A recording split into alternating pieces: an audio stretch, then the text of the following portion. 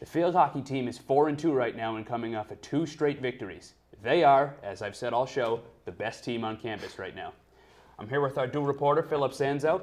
He's on UMass Sports Weekly and writes for the Collegian. So, ladies, he's versatile and he's taken. So, Phil, I want to talk first about what we can expect from this field hockey team last year. They came up just short of making the tournament. They were a good team, but, very young. What do you think we should see and expect as fans from this field hockey team? No, the field hockey team, I don't think is going to disappoint you this season, Tommy. They came up short last year. It was a huge disappointment to the team because they were seeded number 1 in the tournament, and they got disappointed by Richmond in the finals. Big disappointment. Lost their top player, Lauren Ali Mohammed. I'm sure that probably hurts you. She was a saint. Tommy covered field hockey last year, for the viewers that don't know. Love that team.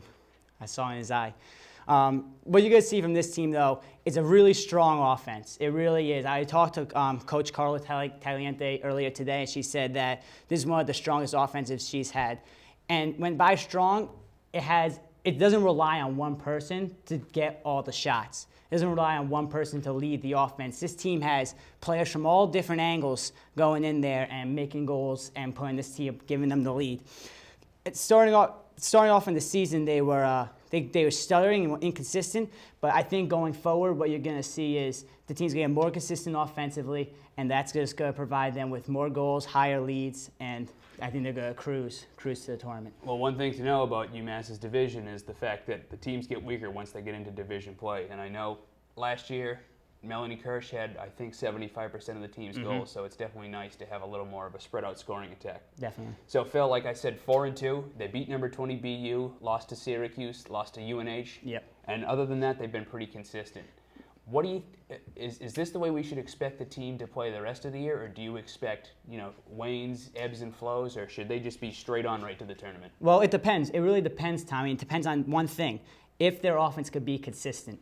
Beginning of the season, they would have the first 6 games, or 6 games in, the first week against UNH and BU, it was a matter of the men and women would score like 3 goals in a matter of like 5 minutes, take a big lead, but then they wouldn't score for the rest of the game. And after a while, the defense, UMass's defense is really strong. They have a strong defense in men and women, but no defense can last forever.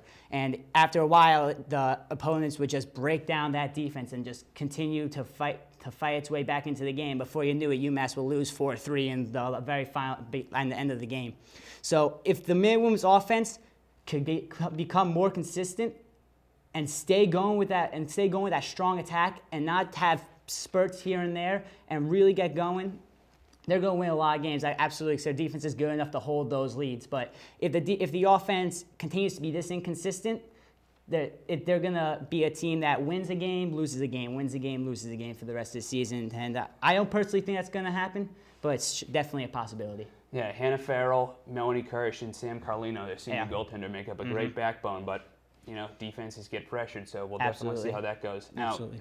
Phil, to end out your segment, we did it with Xander. We're going to do it with you. Breakout players. Who should we watch for this year? Whose jersey am I going to want to buy after next game? You're going to want to buy a number 33 Nicole Miller jersey.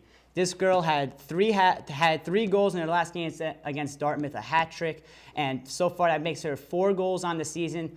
We're 6 games in, like I said, 4 goals on the season. Last season she only had 5 goals total. So I wouldn't be surprised. She's one of those girls that's going to come out there, like I said. They have numerous attackers: Melanie Kirsch, Sarah Hawkshaw.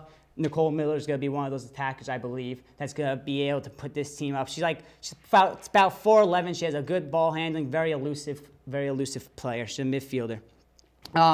We have the rookie, a freshman, Kim Sistermans. She started all 6 of the games that they've played. Only freshman to do that. She scored her first goal against Dartmouth. I wouldn't be surprised if we see her step up a little bit too as some young talent that, especially since the majority of the conference doesn't know her because she's a freshman, she could be a sleeper right now for the UMass men and women.